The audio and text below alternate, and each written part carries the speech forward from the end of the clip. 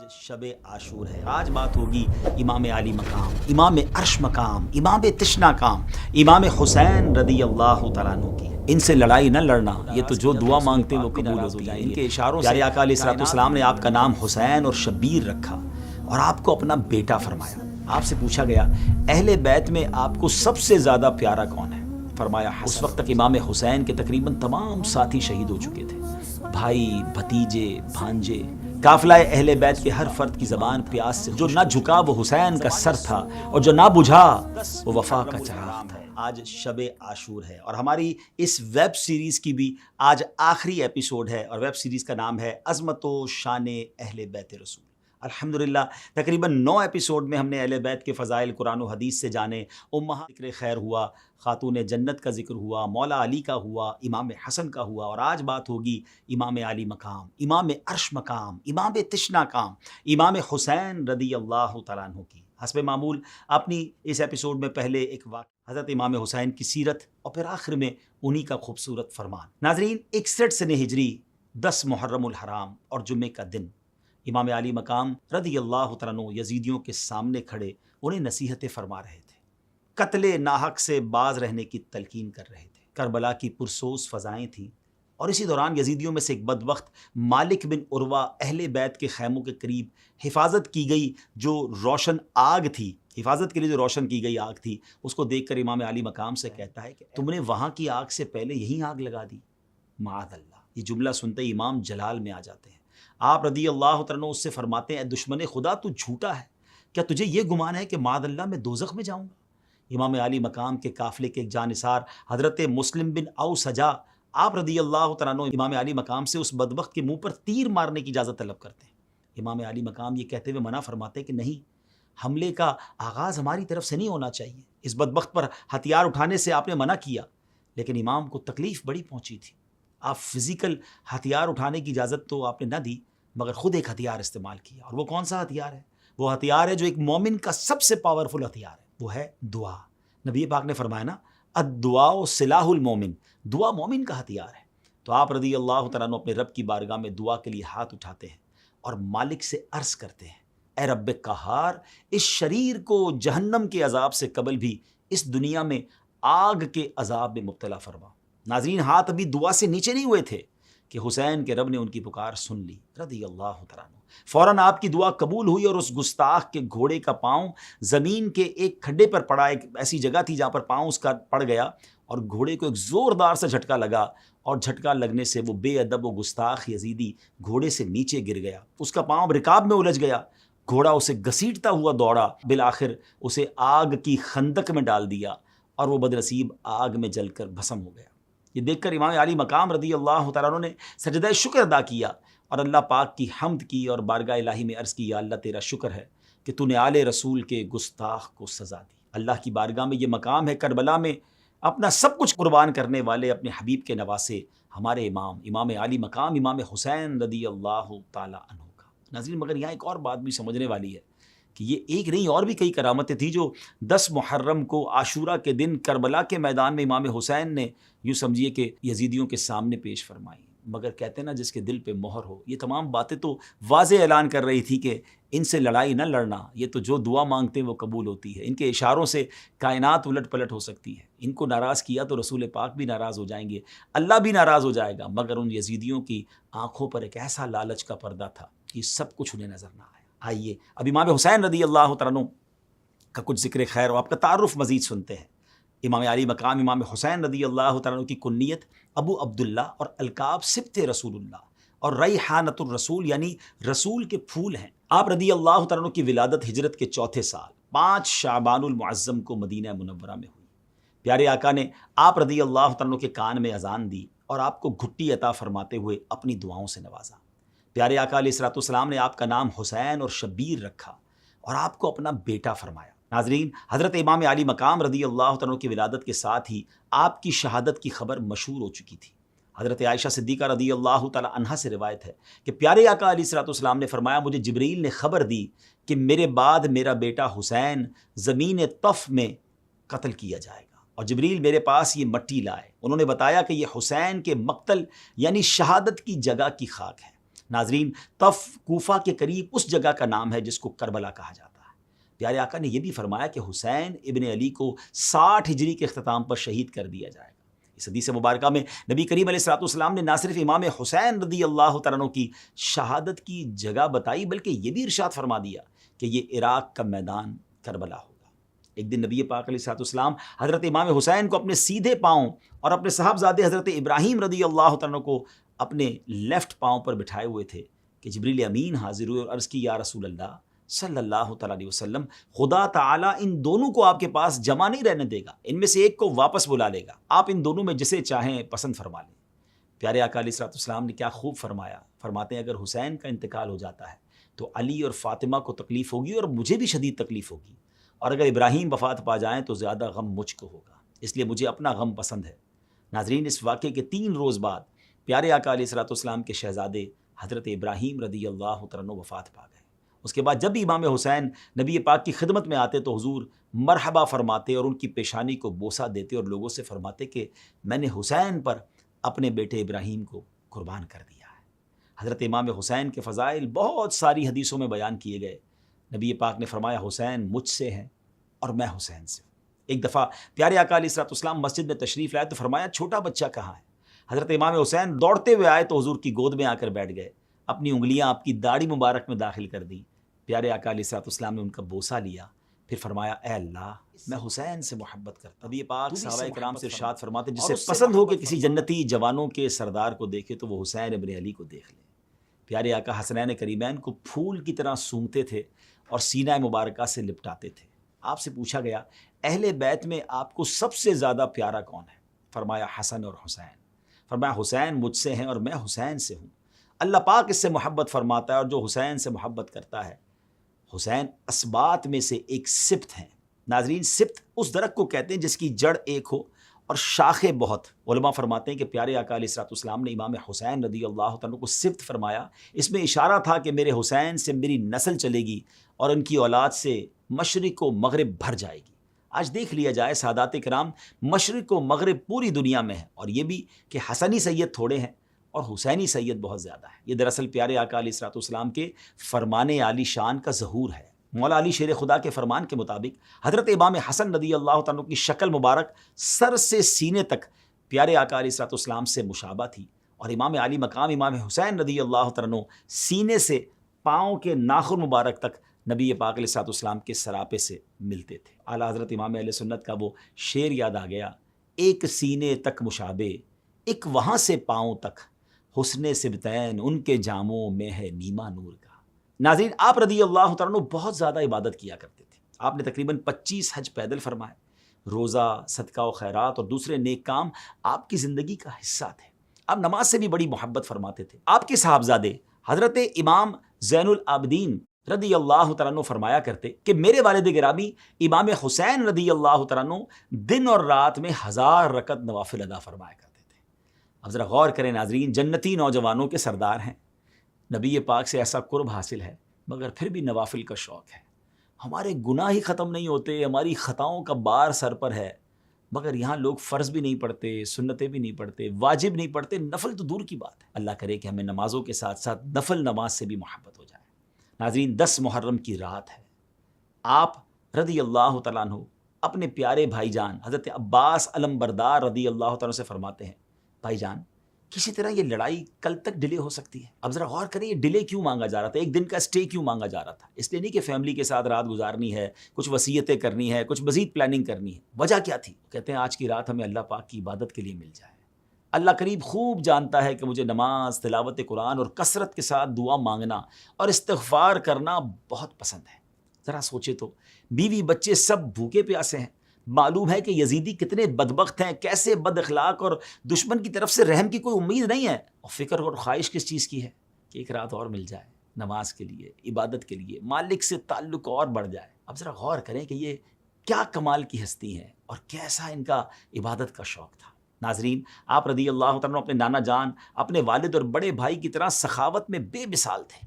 اللہ کی بارگاہ میں بانٹنا سیکھنا ہونا تو کوئی اس گھرانے سے سیکھے۔ شعر ہے نا کہ جو تم سے نہ مانگوں تو پھر کس سے مانگوں، تمہارا تو سارا گھرانہ سخی ہے، ایک مرتبہ ایک فقیر مدینہ پاک کی گلیوں سے ہوتا ہوا آپ کے مکان پر پہنچا اور اس نے دروازے پر دستک دی اور اشعار کی صورت میں کہا، جس نے آپ سے امید رکھی اور جس نے آپ کے دروازے پر دستک دی وہ کبھی نا امید نہیں ہوا۔ آپ صاحب جود و کرم بلکہ جود و سخاوت کے چشمے ہیں۔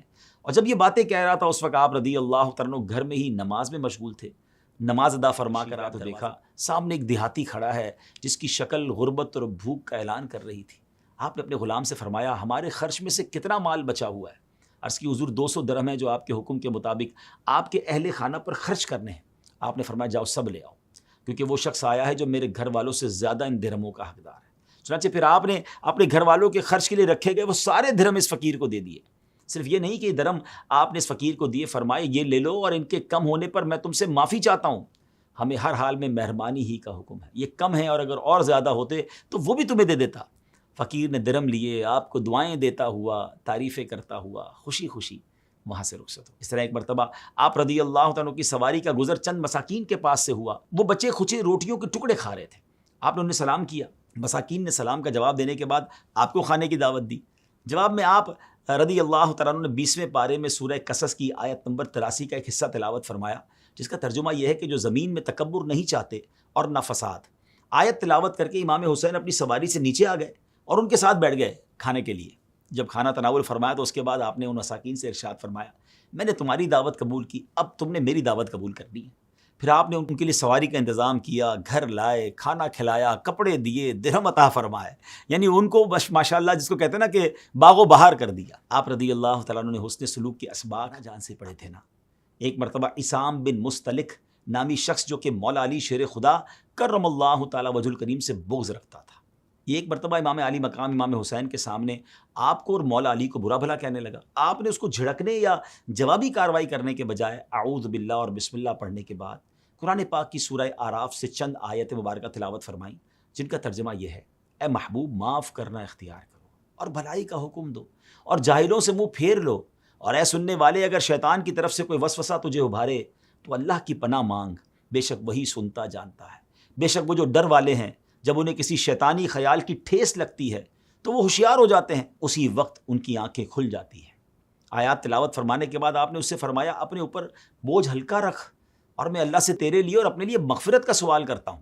اس کے علاوہ آپ رضی اللہ تعالیٰ عنہ نے اس کے ساتھ اس قدر عفو و درگزر، نرمی و خوش اخلاقی سے انداز اختیار کیا کہ اس شخص کی دشمنی ایک دم محبت میں تبدیل ہو گئی، اور وہ کہنے پر مجبور ہو گیا کہ روئے زمین پر امام حسین رضی اللہ تعالیٰ عنہ اور ان کے ابو جان حضرت علی سے زیادہ میرے نزدیک کوئی محبوب نہیں۔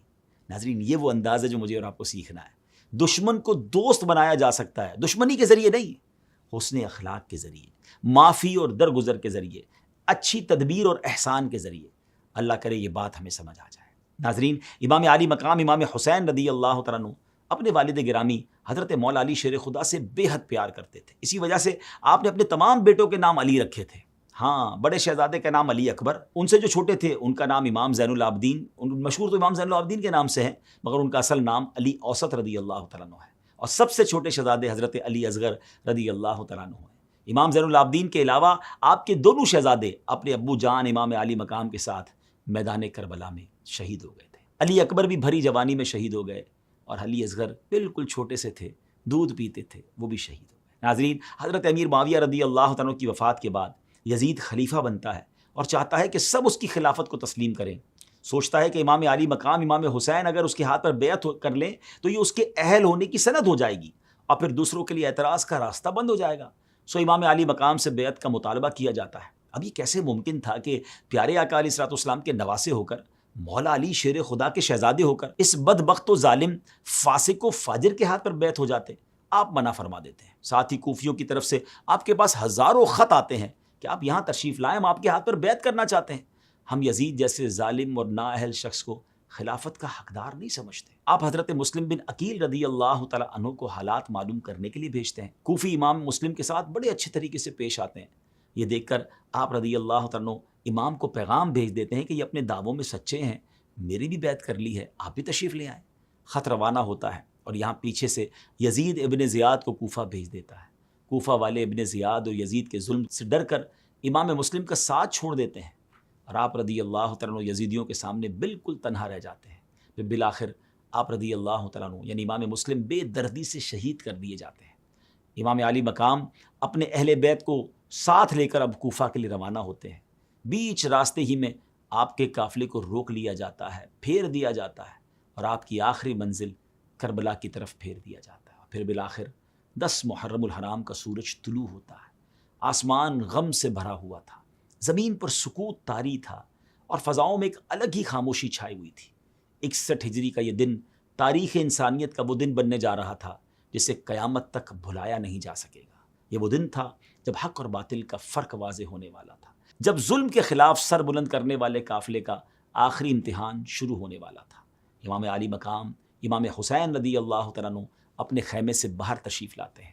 اس وقت تک امام حسین کے تقریباً تمام ساتھی شہید ہو چکے تھے، بھائی، بھتیجے، بھانجے، عزیز، حتیٰ کہ اپنے چھوٹے ننھے بیٹے علی اصغر کو بھی تیر کی نوک پر قربان کر چکے تھے، مگر زبان پر شکایت کا ایک لفظ بھی نہیں تھا، دل میں کوئی شکوہ نہیں۔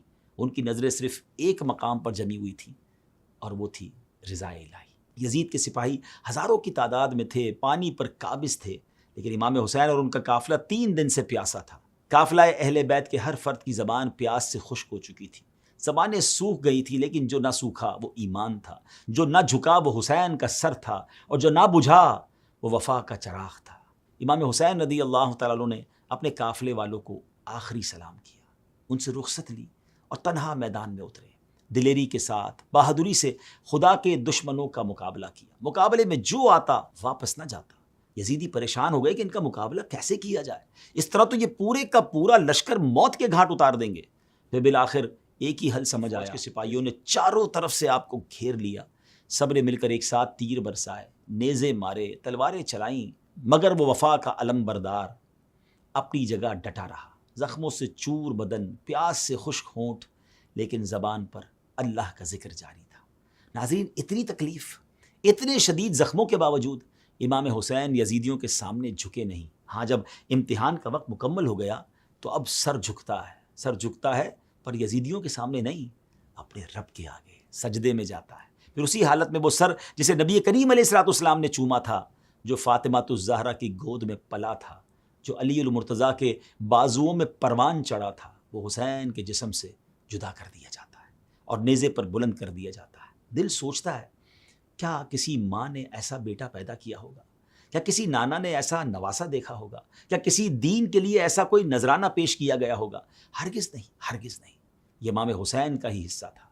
ناظرین، امام حسین نے میدان کربلا میں اپنے خون سے دین اسلام کو نئی زندگی دی۔ ان کے لہو سے وفا کی نئی تاریخ رقم ہوئی۔ کربلا کی ریت پر جو لہو بہا، وہ امت مسلمہ کے ضمیر کو ہمیشہ کے لیے جھنجھوڑ گیا۔ آپ نے ہمیں سکھایا کہ ظلم کے آگے جھکنا حسین کے نانا کے دین میں نہیں، باطل کے ساتھ سمجھوتا کرنا آل رسول کے شایان شان نہیں۔ آپ کی شہادت نے بتا دیا کہ اسلام صرف تلوار سے نہیں پھیلا، ایک حسین جیسے قربانی دینے والوں کے لہو سے سینچا گیا ہے۔ یہی وجہ ہے کہ ہر سال جب محرم آتا ہے، ہر آنکھ اشک بار ہو جاتی ہے، ہر دل اداس ہو جاتا ہے، اور ہر زبان پر یہی نعرہ گونجتا ہے، حسین زندہ ہے۔ حسین کل بھی حق پر تھا، حسین آج بھی حق پر ہے۔ قتل حسین اصل میں مرگ یزید ہے، قتل حسین اصل بے مرگ یزید ہے، اسلام زندہ ہوتا ہے ہر کربلا کے بعد۔ ناظرین، کربلا صرف ایک واقعہ نہیں، ایک جذبہ ہے، ایک پیغام ہے، ایک عہد ہے۔ یہ پیغام ہے کہ دین کے لیے قربانی سے گھبرانا نہیں، سچائی کے لیے تنہا کھڑے ہو جائیں۔ اگر باطل پوری دنیا بھی ہو تو حسین بن کر حق کا علم بلند کرنا ہے۔ آخر میں امام علی مقام رضی اللہ تعالیٰ عنہ کا ہی فرمان سنتے ہیں۔ آپ نے فرمایا، اگرچہ دنیا اچھی اور نفیس سمجھی جاتی ہے، مگر اللہ کا ثواب بہت زیادہ اور نفیس ہے۔ یعنی اللہ کی رضا جو ہے وہ حاصل کرنے کی طرف سوچنا چاہیے، دنیا کی رنگینیوں میں رب کی رضا سے دور نہ ہو جائیں۔ بہرحال ناظرین، ہم نے کوشش کی اپنی بساط کے مطابق اہل بیت کا کچھ ذکر کریں، کچھ پنجتن پاک کی باتیں کریں، اور اس نیت سے بھی یہ ہم نے پروگرام کیے کہ اللہ والوں کا ذکر کرنے سے رحمتوں کا نزول ہوتا ہے۔ ورنہ سچی بات یہ ہے کہ یہ وہ ہستیاں ہیں جن کی بات کرنے کی نہ اوقات ہے نہ الفاظ ہیں۔ یہ اللہ کے مقبولین ہیں، میرے آقا کی آل ہیں۔ بس اللہ ان کے صدقے ہماری بخشش فرما دے۔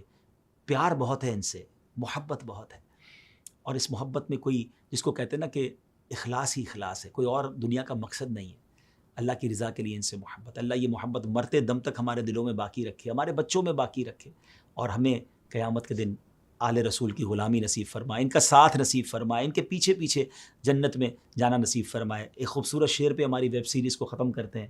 دو جہاں میں خادم آل رسول اللہ کر. اللہ اس دنیا میں بھی اور آخرت میں بھی اگر ان کی نوکری عطا فرما دے تو اس سے اچھی کیا نوکری ہوگی. دو جہاں میں خادم آل رسول اللہ کر. حضرت آل, اسی ویب سیریز میں آپ سے ملاقات ہوگی. آپ کو اگر یہ ویب سیریز اچھی لگی ہو تو اس کو شیئر کیجئے گا. ہم چاہتے ہیں کہ اہل بیت کی محبت ہماری آنے والی نسلوں میں بھی بڑھتی چلی جائے, تو آپ بھی ہمارا اس میں ساتھ دیجئے. اور دعوت اسلامی کے جو بھی آفیشیل اکاؤنٹس ہیں ان کو آپ لائک کیجئے, سبسکرائب کیجئے, شیئر کیجئے, اور نیکی کی دعوت میں ہمارا ساتھ دیجئے. صلو علی الحبیب صلی اللہ تعالی علی محمد صلی اللہ علیہ وسلم.